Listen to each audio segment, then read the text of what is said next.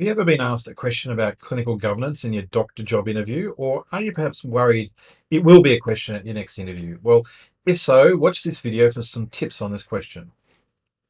Hey there, I'm Dr. Anthony Llewellyn. I'm the career doctor, a real doctor with experience, a real doctor with extensive experience in medical recruitment, here to help you with your medical career. By the way, if you do need individual help, then I do offer one-on-one coaching and other stuff like courses. Just check out the links in the description below. So, one of the topics that in my experience will often stump even a really good candidate at a job interview is the issue of clinical governance. Here's an example of what I mean. What is the role of the insert RMO, registrar, consultant, whatever here in clinical governance? Now, there now now this is a particularly common question, and there are two main problems that many of my coaching clients often find in answering this question. The first problem is that they often struggle to have a definition or concept for what clinical governance is, mainly because we don't think actively about clinical governance in our day-to-day work as doctors, even though we're doing it all the time. We think about other concepts such as putting in risk reports and evidence-based medicine, which are clinical governance. Now, the second problem is my clients then struggle to relate things that they do on a daily basis, which are actually part of clinical governance. So here's my advice on how to prepare for a question like this. Firstly, I do think you do need to learn a definition of what clinical governance is, and I'll give you a simple one shortly.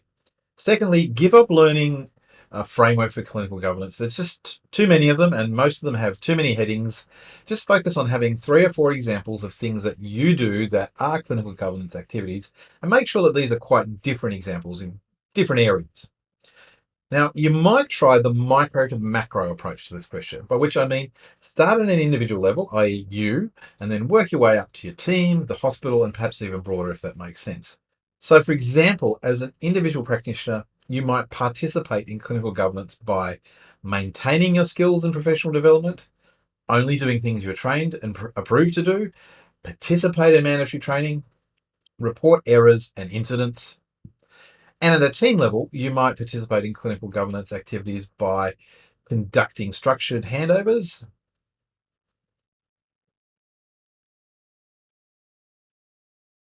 attending morbidity and mortality meetings, teaching and supervising other junior staff. And at a hospital level, you might participate in clinical governance by participating in performance management. If you're a consultant, being approved by the senior appointments committee in the hospital, and participating in audits and quality improvement projects.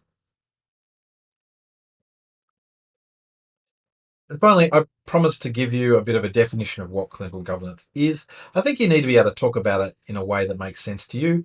And put simply, clinical governance is a system, a process within the hospital that makes sure that both the hospital and the individual staff and employees within the hospital are all doing the right thing in terms of safety for patients and focusing on quality of care.